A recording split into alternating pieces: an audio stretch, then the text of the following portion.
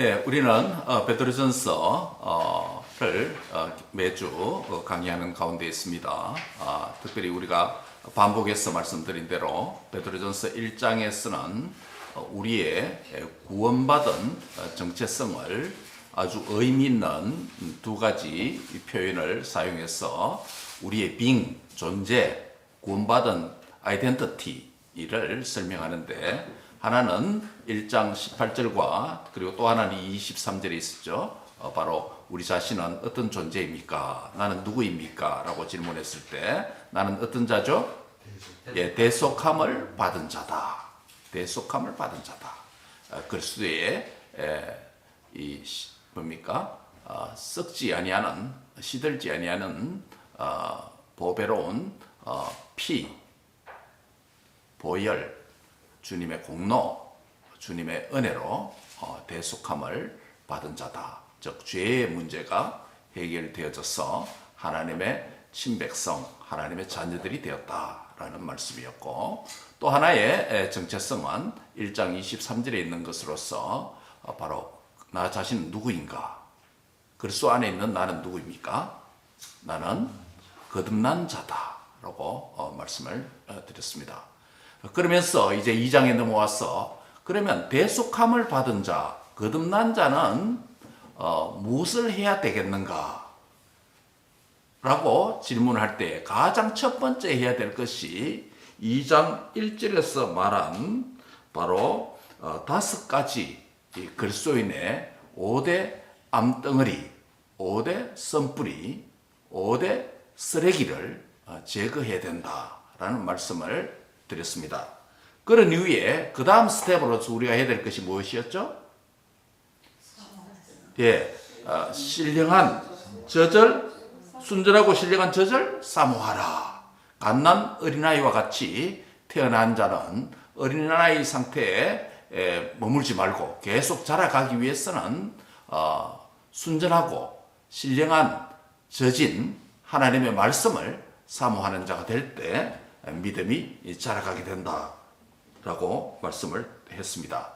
주님의 인자심을 경험했다면, 즉 주님의 인자심을 경험했다는 것은 주님의 새 언약의 중보자이신 예수님의 그 사랑, 인자를 경험했다면 계속 그렇게 해야 된다라고 말씀을 드렸습니다. 이제 오늘 이어지는 말씀은 2장 4절, 5절 중심으로 신령한 집을 세우라 라는 제목으로 하나님의 말씀을 함께 상고하고 은혜를 받고자 합니다. 순전하고 신령한 이 말씀에 저절 사모하는 것은 구체적으로 무엇을 의미하는 것일까요? 순전하고 신령한 저절 사모하는 한 방법이 있다면 그것은 바로 하나님의 기록된 이 말씀을 순종하는 것에 있다고 할 수 있습니다. 말씀 순종에 초점이 있습니다. 누가 말씀에 순종하는 삶을 제대로 보여주었습니까? 예. 누가 말씀 순종이라는 성화의 길을 제대로 걸어간 분이었습니까? 예, 시편 1편에 보면 여러분 잘 아시죠? 주야로 복 있는 사람은 주야로 하나님의 율법을 묵상하는 자다라고 하는 한 이상적인 인간을 소개합니다. 한 이상적인 아이디얼한 퍼슨을 시편 1편에서 말씀을 합니다. 복 있는 사람은 악인들의 꾀를 따르지 아니하고 죄인들의 길에 서지 않고 오만 자리에 앉지 않는 자인데, 그 복 있는 사람은 주야로 하나님의 말씀을 묵상한다라는 표현을 썼는데, 주야로 하나님의 말씀을 묵상한다는 것은 주야로 그 말씀대로 뭐 한다? 예, 산다, 순종한다라는 것을 의미합니다. 그래서 인류 역사에서 아담 이래 오늘까지, 그리고 주님 오실 때까지, 미래까지 오고는 모든 세대를 포함해서 진정한 참된 복 있는 사람, 주야로 하나님의 말씀을 묵상하고 그 말씀대로 온전히 100% 하나님의 요구를 만족시켜 주시는 그 순종의 진정한 율법의 사람은 딱 한 분밖에 없습니다. The ideal person 누굽니까? 예수 그리스도입니다. 그런 의미에서 예수님은 완벽한 율법의 순종자였고 완벽한 율법을 행하는 자였고 완벽한 하나님의 말씀에 만족해드리는 그런 분으로 사셨습니다. 뿐만 아니라 그분의 생애는 말씀을 믿고 순종하고 또 전하고 가르치는 말씀과 관련된 충만한 삶을 사셨기 때문에 성화의 표준이기도 합니다. 그래서 우리는 오늘 이 말씀에 대한 순종의 표준이 되시는 예수님, 그 본문이 이제 오늘 이어지는 4절에 보면 이렇게 말씀하죠. 4절 다 같이 한번 읽을까요? 시작. 사람에게는 버림바 되었으나 하나님께는 택하심을 입은 보배로운 산돌이신 예수께 나아가. 왜 우리가 예수님께 나아가야 됐냐? Come to Jesus. 예수님께 왜 와야 되고 나가야 됩니까? 그분께서 하나님의 말씀인, 하나님의 명령인, 하나님의 약속인 이 말씀을 완벽하게 믿고 하나님의 아들로서 말씀을 순종하신 진정한 순종의 모범자이시고 또 성화의 모범 답안이기 때문에 그분께로 나가면 그분이 어떻게 순종했고 그분이 어떻게 하나님을 닮도록 성화에 힘을 썼고 거룩한 삶을 지상에서 사셨는지 밝히 알게 되겠죠. 그래서 보배롭고 산돌이신 예수님께 나가라라고 하는 이 의미는 무슨 말이냐면 이 말의 의미는 뭐냐면 말씀 속에서 누구를 만나라. 말씀 속에서 말씀을 사모하라 그랬죠. 순전하고 신령한 저절을 사모하라. 말씀 앞에 나가라. 말씀을 읽고 듣으라 했죠. 그러면 그 말씀 속에서 읽고 듣는 게서 끝인 게 아니고 그 말씀 속에서 진실로 인격적인 한 분을 만나야 된다는 거예요. 그분 누굽니까? 예수님을 만나는 겁니다. 그분을 만나면 뭐가 됩니까? 뭐가 일어납니까? 그분은 사물이 아니잖아요. 그분은 동물이 아니잖아요. 그분은 어떤 사람이 만든 피조된 신이 아니잖아요. 그분은 인격적인 하나님이기 때문에 인격적인 예수님 그분과 인격적인 내 자신 사이에 말씀 안에서 뭐가 일어납니까? 펠로십, 교제가 일어납니다. 만나서 교제하게 됩니다. 그래서 예수님께 나가라라고 하는 의미는 뭐냐면 말씀을 통해서 그 말씀 속에서 인격적으로 계시하시는 그분의 인격과 그분의 성품을 뭐하라? 만나라, 발견하라, 체험하라 라는 겁니다. 그게 가능합니까 여러분? 가능하죠. 아멘입니다. 말씀을 읽으면 성경 말씀은 세속의 다른 위대한 문학가가 톨스토이와 같은 세계적인 문호가 쓴 그런 문학 작품도 아니고 또 위대한 조세푸스나 또 뭡니까? 위대한 역사가가 쓴 역사적인 문헌도 아닙니다. 성경은 사람의 글과 사람의 말이 아니라 하나님의 말씀인 줄 믿습니다. 그 말씀을 성령의 영감을 받은 인간 저자가 하나님의 말씀을 기록하고 성령께서 오늘도 이 말씀을 통해서 저와 여러분에게 대언해 주시는 줄 믿습니다. 그래서 이 말씀에 예수님께로 나가라라는 의미는 예수님께 나가라는 거 보이지 않는 예수님 우리가 어떻게 나갈 수 있습니까? 어디 가야 예수님을 만날 수 있습니까? 기록된 그 말씀으로 들어가고 말씀을 사모할 때 그 말씀 속에서 자신을 계시하시는 예수님의 인격을 만나고 교제하고 체험하라. 그래서 예수님께 나가라는 의미는 바로 그 말입니다. 따라합니다. 예수님께 나아가라. 예수님께 나아가라. 그런데 그 예수님을 일컬어서 1장 4절에서 뭐라고 말합니까? 보배로운 뭐다? 산돌이시다. A living stone이다. 라고 그렇게 말씀합니다. 산돌이 무엇이냐? 돌은 무생물 아닙니까? 광물 아닙니까? 바위, 돌, 이건 다 죽은 존재입니다. 생명이 없습니다. 근데 왜 이 돌을 살아있는 존재, living stone이라고 말을 합니까? 산돌은 과거 사건이나 과거에 어떤 역사적인 인물의 행적을 비석에 글로 새겨서 다음 세대 사람들이 보도록 하는 비석을 일컬어서 산돌이라고 그 당시에 부릅니다. 뭐를 산돌이라고요? 비석. 비석이 뭡니까, 여러분? 비석에는 비문이 새겨집니다. 그렇죠? 음각으로 새기든지 양각으로 새기든지 이게 누구의 묘다. 언제 태어나서 언제까지 살다가 누구의 가족으로 살다가 여기에 잠들다. 뭐 이렇게 비석 누구의 묘다. 성도 누구의 묘다. 이렇게 딱 비석에 붙이잖아요. 그 비석을 산돌이라고 불렀습니다. 근데 왜 산돌이라고 불리느냐, 비석을.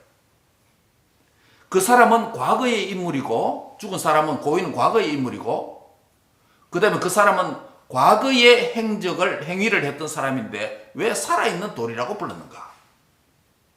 그것은 무슨 말이냐면 다음 세대 사람이 비록 과거의 고인이고 과거의 행위들이었지만은 그 비석을 보고 그 사람이 어떻게 살았는지 현재적으로 기억하고 기념하고 또 그 사람이 잘 살았으면 우리도 그렇게 살자라고 현재적 교훈을 얻기 때문에 죽은 사람이지만은 그 비석을 통해서 그 사람을 흔적을 볼 수 있기 때문에 이 비석을 산돌이다, 리빙스톤이다 라고 불렀던 것입니다.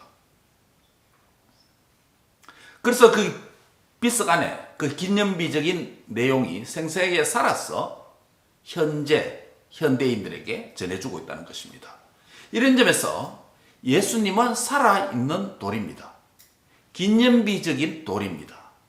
과거 사건을 단순히 현재적으로 기념하고 기억하기 위한 일반 비문도 약간의 살아있는 돌의 역할을 한다면 예수님은 하나님의 말씀을 순종해서 이 땅에 누구로 태어났습니까? 인간으로. 그분께서 하나님께서 여기 오실 필요가 없는데 삼위 하나님께서 의논하시고 자기 백성을 구원하시기 위해서 삼위 하나님께서 신적인 회의를 하시고 합의를 하셨어. 성자 예수님께서 내가 아버지와 제가 거룩한 하나님이지만 사람의 몸을 입고 가서 아버지의 명령과 사랑에 순종했어. 아버지의 백성들을 구원하는데 제가 가겠습니다. 그래서 오신 분이 누구예요? 예수님이 아버지 말씀 순종하신 거예요. 또 뭐라 말합니까? 십자가를 눈앞에 두고 있을 때 겟세마네 기도에서 뭐라고 말합니까? 아버지여 이 고난의 선잔이 지나갈 수 없습니까? 너무 힘들었어. 그거 아시니까 예수님께서 영이신 하나님만 생각한다면 영은 고통을 못 느끼니까 쓱 지나가겠죠. 근데 예수님 무엇을 입고 오셨어요? 우리와 같은 감정과 고통과 모든 것을 체휼할 수 있는 인간의 경험을 체휼할 수 있는 사람의 몸을 입고 오셨기 때문에 그 십자가의 죽는 방식이 자기의 어떤 의미와 고통이 온다는 걸 잘 알잖아요. 그래서 예수님께서 겟세마네 기도에서 뭐라고 말합니까? 겟세마네 뜻이 뭡니까? 갓 샤만, 기름을 짜다라는 의미예요. 기름을 짜는 듯한, 피를 짜는 듯한 그 땀을 흘리면서 기도하시는 기도 내용이 뭐예요? 아버지여 이 잔이 나에게서 어떻게 지나가게 하옵소서. 그렇죠. 뭐대로 되기를 원한다? 아버지의 뜻대로 되기를 원합니다. 이 말은 무슨 말이에요? 예수님이 아버지의 뜻, 성부 하나님께 뭐 했다? 순종하셨다는 거예요. 말씀에 순종하셨다는 것입니다. 예수님께서 신이기 때문에 십자가에 찔리시고 창에 찔리시고 안 아픈 게 아니에요. 완전 사람, 100% 사람으로 오신 거예요. 100% 신이기도 하지만 100% 사람으로 오신 거예요. 그렇기 때문에 그럼에도 불구하고 아버지의 말씀에 저와 여러분을 향한 아버지의 백성, 아버지의 자녀들을 구원하기 위해서 예수님께서 순종하시고 헌신하셔서 십자가의 길을 가신 것 아닙니까? 그래서 예수님은 말씀 순종에, 하나님 아버지의 말씀 순종에 절대적인 유일한 모범자이시고 example예요. The greatest example of the obedience to God. word. 하나님 말씀에 순종한 유일한 표준이십니다. 그래서 그 주님을 닮기 위해서 어디로 가라? 말씀. 말씀교로 가서 누구를 만나라? 예수님. 예수. 그래서 come to Jesus예요. 첫 번째 포인트가 예수님께 나아가자는 거예요. 그래서 예수님이 말씀을 통해서 그분께서 2000년 전에 팔스틴 땅에서 십자가에 죽고 부활하시고 성천하신 과거 사건이지만 일반인의 과거 사건, 고인의 과거 사건도 비문을 통해서 요즘 같으면 사진이나 영상물을 통해서 어렴풋이 고인의 과거를 현재적으로 재생시키고 알 수 있듯이. 여러분 요즘 AI 그 기술 아시잖아요. 죽은 사람인데도 불구하고 그 사진 3D로 그걸 재생해서 물으면 대답까지 말까지 다 합니다. 그 목소리를. 그렇죠? 우리 공군 대위입니까? 가운데 그 사고로 아버지도 공군 비행사였고 그 아들도 공군 사관학교 가서 공군 비행사대에 가서 그 30대입니까? 공군 대위가 그 사고로 순직했잖아요. 그래서 그 어머니가 얼마나 마음이 아프겠습니까? 예. 남편도 F-15 그 모르다가 사고로 돌아가시고 자기 아들도 공군사관학교 가서 아버지 뜻을 유지를 받들겠다 했는데 어머니가 반대했지 않습니까? 그는 결국 뭐 아들이 하겠다니까 거기 보냈습니다. 그래서 졸업하고 임관하고 대위가 돼서 F-15 모르다가 또 사고 나서 또 죽은 거예요. 그 어머니가 얼마나 아프겠어요. 그 AI 기술로 해서 그 한 방에 딱 들어가니까 자기 아들이 살았어. 영상에서 지금 있는 거예요. 엄마하고 대화하는 거예요. 대화하면 답도 다 합니다. 목소리도 똑같고. 그 지금 AI 기술이 이거 테크놀로지예요. 최근에 뭡니까? 미국의 백인 여가수 가운데 팝싱어 가운데 대표적인 누구예요? 예? 홍규 누구? 예? 테일러. 테일러 스위프트. 예, 테일러 스위프트. 지금 몇십 년간 지금 미국 팝계의 그 영 아닙니까? 그렇죠? 우리가 지난번 NI 때 십몇 년 전에 저쪽 아파트 살 때 뭡니까? 그 빨래하러 빨래방에 갔더니만 몇 시간 요만한 아이가 제가 대화하면서 너 앞으로 뭐 하길 원하느냐 하니까 싱어 되길 원한대요. 너 그럼 네가 페이블 싱어 누구냐니까 뭡니까? 테일러 스위프트래요. 그때 제가 그 이름을 처음 들었습니다. 십몇 년 전에. 그 지금 20년 가까이 지났는데도 지금도 미국에 그 테일러 스위프트가 뭐 완전 뭐 탑으로 지금 올라가고 있잖아요. 그렇죠? 그런데 최근에 그 테일러 스위프트의 AI 영상이 나왔어. 지금 법으로 지금 빨리 금지하자고 난리잖아요. 지금. 예, 미국에. 그래서 과거 영상이나 비문도 완전 살아있는 사람처럼 입체적으로 재현시키고 재생시켜서 똑같이 고인인데도 불구하고 그렇게 만들어냅니다. 그런데 우리 예수님은 2000년 전에 사람의 몸을 이 땅에 입고 오시고 우리를 위해서 고난과 십자가의 죽음을 당하시고 부활 성천하셔서 아버지 우편에 앉아 계시는 그 사건을 AI로 재생시킨 것이 아니라 현대 테크놀로지로 그분을 재현시킨 것이 아니라 그분을 다시금 부활시킨 게 아니라 하나님의 능력이 죄와 사망과 사탄의 권세를 무찌르시고 승리하셔서 그분이 다시 살아난 줄 믿습니다. 그 말씀이 기록된 그 사건이 기록된 66권의 성경 말씀으로 나아갈 때 그 하나님의 아들이신 예수님을 과거인으로 만나는 것이 아니라 현재 살아계신 하나님으로 실존으로 그분과 대면하여서 교제할 수 있으니 이것이 얼마나 성도가 누리는 복과 은혜가 아닐 수가 없는 것입니다. 할렐루야. 예. 그래서 예수님께 나가라는 것이요. Come to Jesus. 어떻게? 들어와. Reading the Bible. 말씀을 읽을 때 그 주님을 살아계신 하나님을 만나서 교제하게 되고 그분을 닮게 되는데 특별히 그분은 말씀 순종의 모범이고 이거잼플이고 표준이시기 때문에 말씀 순종의 답이시기 때문에 그분께 나아가면 그분을 닮게 되는 믿음이 자라가는 순종의 사람으로 변화되는 은혜가 있는 줄 믿습니다. 그분께 날마다 나아가는 복된 은혜가 있길 바랍니다. 말씀 속에서 성경을 읽을 때 문자만 literal 문자만 읽지 마시고 문자 속에 살아계시는 the living stone 예수님의 그 living person을 인격을 만나는 체험하는 은혜가 있기를 바랍니다. 그래야 그 주님을 닮아갈 수 있는 겁니다.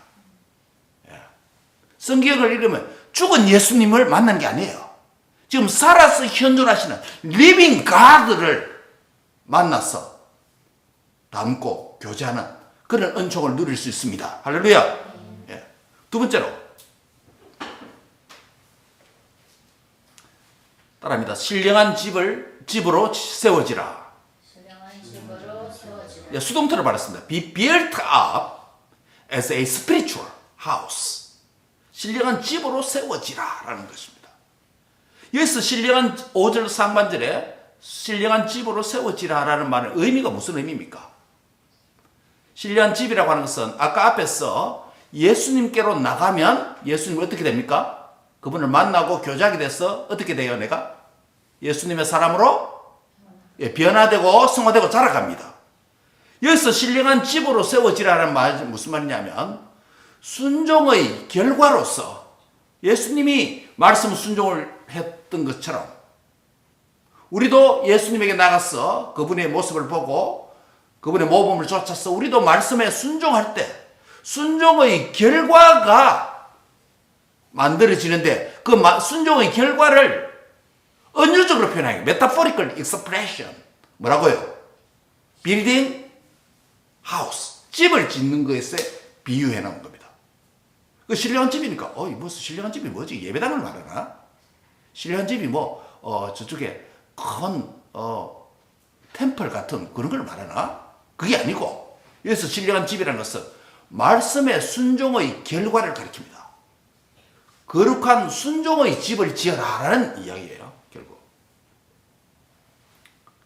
우리는 산돌이신 예수님처럼 말씀에 뭐함으로 순종함으로 결국 뭐가 지어진다? 신령한 집이 지어진다는 겁니다. 그 말씀에 순종하지 않으면 뭐가 안 지어진다? 신령한 집이 안 지어진다는 거예요. 내 자신이 하나님 말씀을 순종해야 내 인격 안에 또 내 삶 안에서 신령한 집이 거룩한 집이 지어진다는 거예요.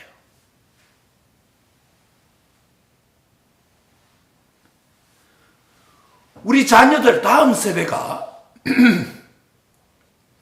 come to Jesus 예수님께 나갔어. 무엇을 통해서? 말씀을 통해서 예수님을 만나고 그분을 교제하고 순종의 모범이신 그분대로 말씀대로 순종할 때 뭐가 세워진다? 신령한 집이 세워지는 것입니다. 단순히 결혼하고 집을 사고 집구석을 세우고 그런 의미가 아니라 믿음의 집이 세워진다는 겁니다. 뭘 통해서? 말씀 순종을 통해서.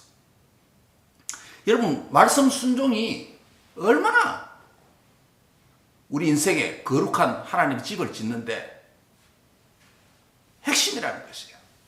어저께 저희 장모님 팔순 감사 예배를 여기서 가족들과 함께 드렸습니다. 제가 말씀을 설교를 하면서 그랬습니다. 우리 장모님도 믿지 않는 가정에서 태어났습니다. 그래서 고등학교 때인가 예수님을 믿고 신앙생활 하시면서 핍박을 많이 받고 그래서 3대째 믿는 집안에 우리 장인어를 만나서 그렇게 결혼했습니다.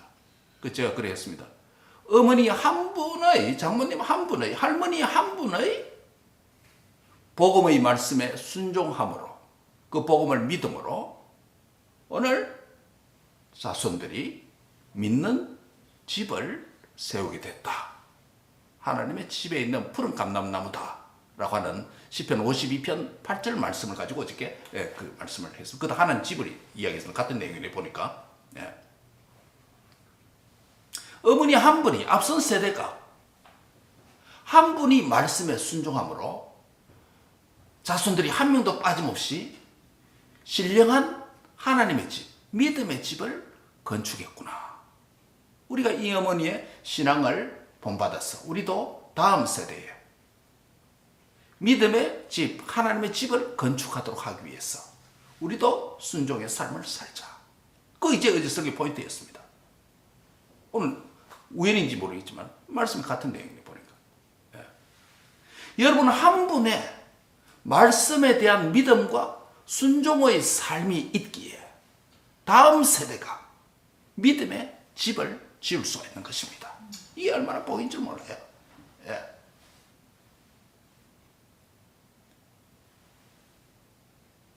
세계 제1의 전설적인 미국의 부호였던 누구요? 록펠러 들어보셨습니까? 록펠러.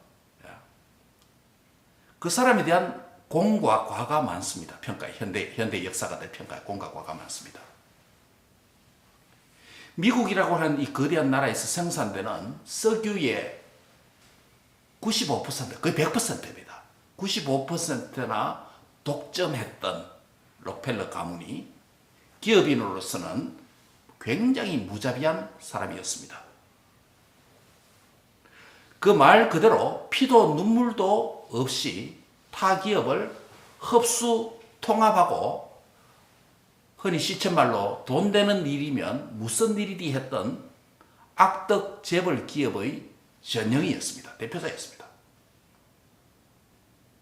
현대 기업 윤리가 발전하고 현대 기업 윤리와 정의관이 도덕률이 발달된 현대인의 기업 윤리의 윤리적 관점으로 보면 악덕 기업이에요. 악덕 기업이에요. 뭐 당시로서는 뭐 그런 게 워낙 많으니까 당연히. 그런데 현대 이 발전된 국민 의식, 세계인의 의식, 시민 의식과 윤리 의식으로 바라본다면 악덕 기업이에요. 이런 점에서 록펠러는 비평받을 수 있고 또 악덕 기업이니까 과가 많습니다. 그런데 과도 많지만은 장점도 있다는 것입니다. 록펠러는 당시에 술도 여자도 음악도 미술도 감상하지 않을 정도로 검소하고 절제적인 삶을 살았습니다. 그리고 그 남는 모든 시간들 안에서 자기의 집무실에서 앉아 들어오는 돈과 나가는 돈을 유심히 바라보면서 자신에게 이토록 거대한 부를 주신 하나님께 감사하는 그런 건실한 또 믿음의 사람이었습니다. 그래서 그는 그의 삶의 추적을 해보면 여러분 그 세계적인 대학 가운데 한 시카고에 있는 대학이 뭡니까? 유니버시티 시카고 아닙니까? 그렇죠? 시카고 대학이 유명한 대학입니다. 시카고 대학을 비롯해서 12개의 종합대학과 12개의 단과대학과 연구소를 지어서 사회에 기증했고 4,928개의 예배당을 건축해서 하나님께 바쳤던 인물이었습니다. 얼마나 많은 축복을 받았기에 물질적인 부를 누렸기에 당시에 이렇게 어마어마한 일을 상상하기 힘들 만큼 했습니다. 그런데 그가 86세 때에 시카고 대학 내에 시카고 대학 안에 보면 교회당이 하나 있습니다. 시카고 예배당을 지어서 하나님께 헌당 예배를 드릴 때 지금도 유명한 그 시카고 일간지 시카고 트리뷴 들어보셨죠? 시카고 트리뷴 기자가 경제부 기자가 록펠러에게 이렇게 질문합니다. 록펠러 씨, 당신은 지금까지 세계 제1의 부를 누리고 계시는데 그 비결이 무엇입니까? 라는 질문으로 인터뷰를 했습니다. 록펠러는 기자에게 이렇게 말합니다. 예, 저는 어머니로부터 엄청난 신앙의 유산을 물려받았습니다. 제가 이 부분일 때 좀 길을 의심했습니다. 어머니가 그렇게 부자였나? 그게 아니고 무슨 유산? 잘 들었네요. 신앙의 유산을 물려받았습니다. 어머니로부터. 록펠러는 이어서 어머니가 물려준 신앙의 유산에 대해서 설명하기 시작합니다. 첫째로 저희 어머니는 제가 어릴 적부터 11조를 철저히 가르쳤습니다. 매주 20센트의 용돈을 어머니가 주면서 저에게 이런 말을 했습니다. 저는 6살 때부터 11조를 그 용돈 20센트를 받아서 11조를 했습니다. 때로는 신문팔이를 하고 껌팔이를 하면서 껌 하나 팔 때도 11조를 했고 일상에 단 한 번도 11조를 걸러본 적은 없습니다. 어머니 나에게 돈 대신에 세계 제1의 부자가 될 수 있는 신앙적인 유산을 물려주었던 것이죠. 두 번째로 인터뷰 질문에서 또 이렇게 대답합니다. 두 번째로는 어머니는 예배당 건축의 그 헌신을 저에게 가르쳐 주었습니다. 그래서 어머니가 이렇게 말했답니다. 록펠러야, 네가 세계 제1의 가장 아름다운 예배당을 건축해서 하나님 앞에 바쳐라. 그리하면 하나님께서 너에게 큰 부호가 되게 해줄 것이다. 저는 이 문자적으로 안 믿습니다. 나중에 결론은 어떻게 나는지 보세요. 어머니 돌아가시면서 이런 유언을 남기셨습니다. 어머니의 그 말씀대로 세계에서 가장 크고 멋진 리버사이드 교회를 지어서 하나님께 바쳤다고 합니다. 그 후에 하나님께서는 그를 축복해서 단 한 번도 세계 부호의 첫 번째 자리에서 양보하지 않도록 해주셨다고 간증합니다. 그래서 그는 4,982개의 예배당을 건축해서 하나님께 바쳐드렸고, 그가 회사 내에 운영하는 회사 내에 11조 부서를 따로 두어서 그 11조만 계산하는 직원들이 40명의 직원이 있었다라고 말합니다. 그 말을 들었던 기자가 이렇게 대답합니다. 이해가 잘 되지 않는군요. 미국에서 당시 같은 사업자가 무수히 많은데 그들은 사업을 해서 번 돈을 한 푼도 쓰지 않고 재투자해도 사업이 잘 되지 않고 망하는 경우가 많은데, 그런데 당신의 말대로라면 사업의 이윤이 그렇게 많은 11조를 들이고 수천 개의 예배당을 지어 바치고 세계 제1의 부를 누릴 수 있다는 말입니까? 록펠러는 이렇게 대답합니다. 그것은 하나님의 경제학을 몰라서 하는 말입니다. 무슨 경제학이요? 하나님의 경제학. 기자 선생 말대로 미국에는 많은 기업과 사업가들이 있습니다. 그들은 모두 나와 같은 똑같은 환경과 똑같은 조건 안에서 사업을 했죠. 하지만 그들은 불과 3년도 내다보지 못하고 반대로 나는 20년, 30년을 내다볼 수 있었습니다. 한번 생각해 보세요. 3년도 내다보지 못한 기업가와 20, 30년을 내다보는 사람 중에 어떤 기업이 잘 되고 성공하겠습니까? 적어도 나는 하나님의 축복의 씨앗을 뿌리기는 삶에 우리 어머니의 유언대로 헌신되어 왔기 때문에 하나님께서 20, 30년 미래에 복과 은혜를 준다는 걸 믿었기 때문입니다. 하나님의 경제학을 교과서를 배운 게 아니고 누굴 통해서? 나의 어머니에게서 배워서 그렇게 살아왔습니다. 라고 이야기했습니다. 세 번째로 어머니가 가르쳐 준 게 뭐냐면, 교회에, 록펠러야, 너는 교회에 예배드리러 가면 맨 앞자리에 앉아라. 마지막 네 번째는 무슨 일이 있어도 교회 목사님과 싸우지 말라. 이 네 가지를 어머니로부터 물려받은 신앙 유산이라고 그는 후에 86세 때 간증을 했습니다. 제가 오늘 록펠러 스토리를 언급하는 이유는 돈을 많이 벌기 위한 비결을 말하고자 하는 것도 아닙니다. 세계 최고의 부호가 되고자, 리치 피플이 되고자 할 것도 아닙니다. 예수님을 잘 믿으면 부자가 된다라고 하는 기복주의 신앙을 가리키기 위함도 아닙니다.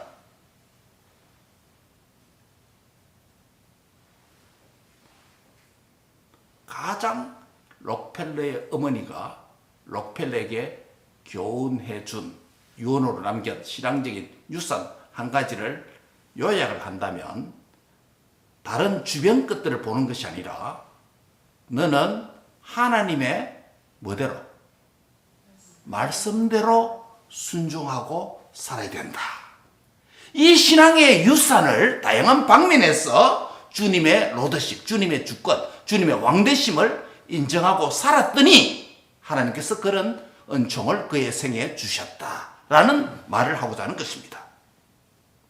사랑하는 성도 여러분, 신령한 집을 세우라, 거룩한 하나님의 집을 세우라 라고 하는 것은 예배당 건축을 많이 하라는 말이 아닙니다.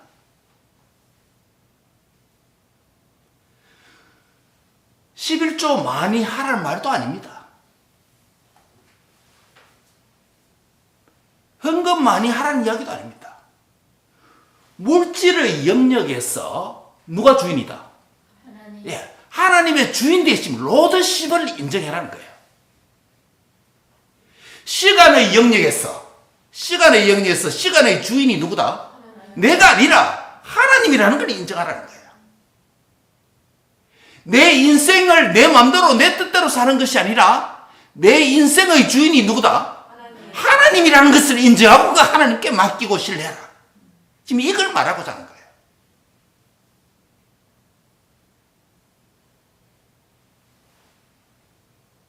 사랑하는 성도 여러분, 그리고 사랑하는 우리의 언약의 자녀 여러분,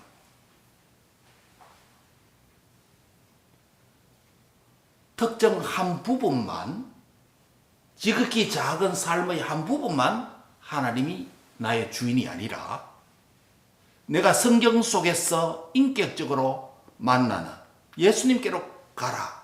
그분에게 가서 우리가 만나는 그분은 나의 삶의 특정 한 부분의 주인과 왕이 아니라 나의 삶의 모든 부분에 왕이시고 주인이시고 로드십을 인정하는 믿음의 순종의 사람들이 되시기를 바랍니다. 아멘. 이걸 오늘 우리 하나님께서 주시는. 그래서 예수님께 가서 순종의 사람 예수님을 만나라는 거예요. 그 순종의 삶은 어떤 길이냐?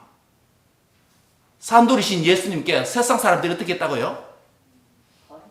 버렸다는 거예요. 그 본문을 보니까. 그런 삶을 살 때 세상 사람들 싫어한다. 그러나 누구는 인정해 준다? 하나님이 뭐 해주신다 해놨어요? 하나님의 택하심을 입은 하나님의 기쁨이 되는 하나님의 영광이 되는 삶을, 다시 말하면 성공적인 인생을 사는 비결이다라는 것이에요. 세상 사람들을 무시당하고 세상 사람들에게 핀자를 당하고 세상 사람들에게 비웃음을 당할 수는 있지만 하나님께 인정받으면 네 인생이 성공했다는 것입니다. 할렐루야. 인생의 진정한 성공, 진정한 가치가 뭐냐면 세상의 평가, 사람의 인정은 못 받는다 할지라도 하나님이 우리를 인정해 주시면 그 인생 성공한 줄 믿습니다. 네. 물론 하나님도 인정하고 세상 사람도 나를 인정해 주면 더 좋죠. 그런데 본질적으로 특정한 이슈에 들어가면 세상 사람들은 예수님을 싫어하고 성도를 싫어하고 교회를 싫어합니다. 그래서 예수님 뭐라고 말합니까? 너희가 세상에서 환난을 당하라.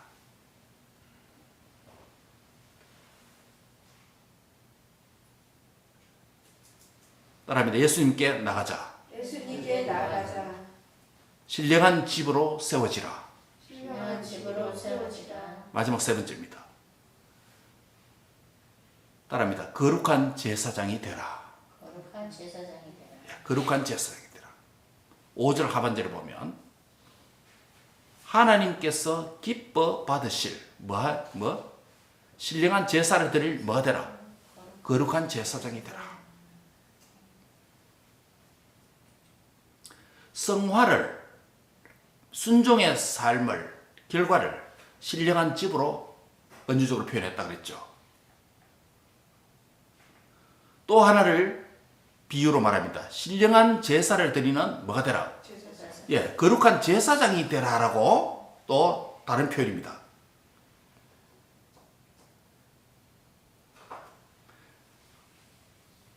신령한 제사를 통해서 하나님을 섬기는 제사장의 직분과 직임의 표현을 사용합니다. 성화는 예수님처럼 하나님께 순종하여 그분을 닮는 삶의 모습입니다. 여기서 제사장이 되라라고 하는 것은 우리의 삶이 하나님 앞에 하나님 기뻐 받으시는 제물, 믿음의 사람, 신령한 예배자가 되라. 예배 시간에만 예배자가 아니라 우리의 삶의 모든 영역에서 신실한 하나님이 기뻐 받으시는 그 예배자가 되라 라고 말합니다.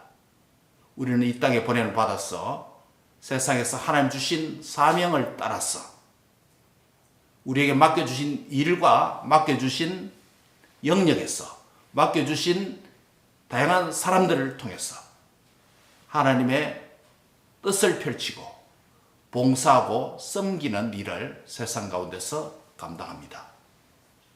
그 일이 하나님께로부터 온 줄 알고 신실하게 열정적으로 제사장같이 그렇게 봉사하고 섬기는 모든 삶이 되기를 주의 이름으로 축복합니다. 또 앞으로 내가 무엇을 해야 될지 또 발견하지 못했다면 하나님께서 내 인생에 나를 통해서 하시고자 하는 일이 무엇인지, 나의 욕심이 아니라 나의 단순한 디자이어가 아니라 다른 사람을 섬기는 거룩한 제사장 직분을 감당하기 위해서 하나님, 내가 앞으로 어떻게 무슨 일을 해야 될지 저를 인도해 주세요 라고 내 인생을 주님께 맡기는 그런 복된 생애가 되기를 바랍니다. 그것을 발견했다면 그 일을 위해서 열심히 준비하고 열심히 성취해서 많은 사람에게 유익하게 해드리는 봉사의 인생 되기를 바랍니다. 기도하겠습니다. 하나님 감사합니다. 오늘도 산돌이신 예수님께 나아가라고 말씀을 했습니다. 보이지 않는 예수님에게 어떻게 가겠습니까? 기록된 말씀이 비석보다 더 살아있는 하나님의 말씀에 새겨진 그 예수님의 인격을 만나는 저희가 되도록 은총을 베풀어 주옵소서. 또한 그 말씀을 읽은 이후에는 그 예수님 앞에서 그 말씀을 순종하는 거룩한 신령한 집을 세우는 자가 다 되도록 축복해 주시옵소서. 어떤 사람은 말씀을 들었지만은 순종하지 아니하므로 비가 오고 홍수가 났어 모래 위에 집을 짓는 것 같이 무너진다고 했습니다. 우리는 말씀을 순종함으로 반석과 같은 주님 위에 집을 지어서 안전한 인생, 견고한 인생, 하나님의 영광을 위한 거룩한 신령한 집을 짓는 자가 다 되도록 축복해 주시옵소서. 우리가 짓는 집은 무너지지 않게 해 주시옵소서. 또한 거룩한 제사장이 되어서 주와 많은 사람들과 세상을 섬기는 봉사자로 사는 인생 되도록 주님이 사용해 주옵소서. 감사하고 예수님의 이름으로 기도합니다. 아멘.